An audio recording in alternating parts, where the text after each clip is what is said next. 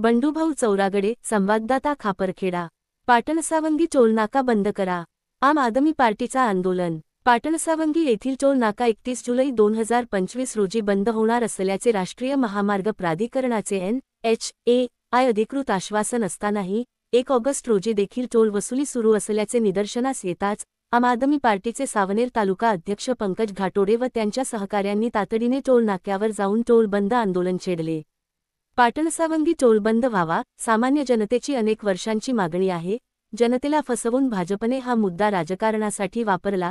सत्तेवर असतानाही त्यांनी आंदोलनाचा मार्ग निवडावा लागला, हेच त्यांच्या अपयशाचं लक्षण आहे। NHAI कडून जुलै 31 रोजी टोल बंद होणार असल्याचं लेखी आश्वासन मिळालं होतं। तसेच याची दखल बहुतांश वृत्तपत्रे आणि सोशल मीडिया न्यूजद्वारे लोकांना सांगण्यात आले। टोलवर टोल बंदीचा बोर्ड सुद्धा लावण्यात आला होता। तरीही 1 ऑगस्ट रोजी टोल वसुली सुरू असल्यामुळे आम आदमी पार्टीच्या कार्यकर्त्यांनी टोल बंद आंदोलन करत भाजपच्या खोट्या आश्वासनांचा तीव्र निषेध केला।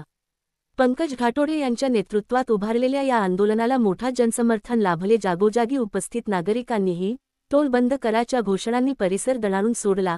आंदोलनस्थळी उपस्थित अधिकाऱ्यांनी आश्वासन दिलं की 2 ऑगस्ट रोजी सकाळी 8 वाजता टोल पूर्ण बंद केला जाईल, अन्यथा आम आदमी पार्टी मोठं आणि निर्णायक आंदोलन उभारेल, असा इशारा देण्यात आला।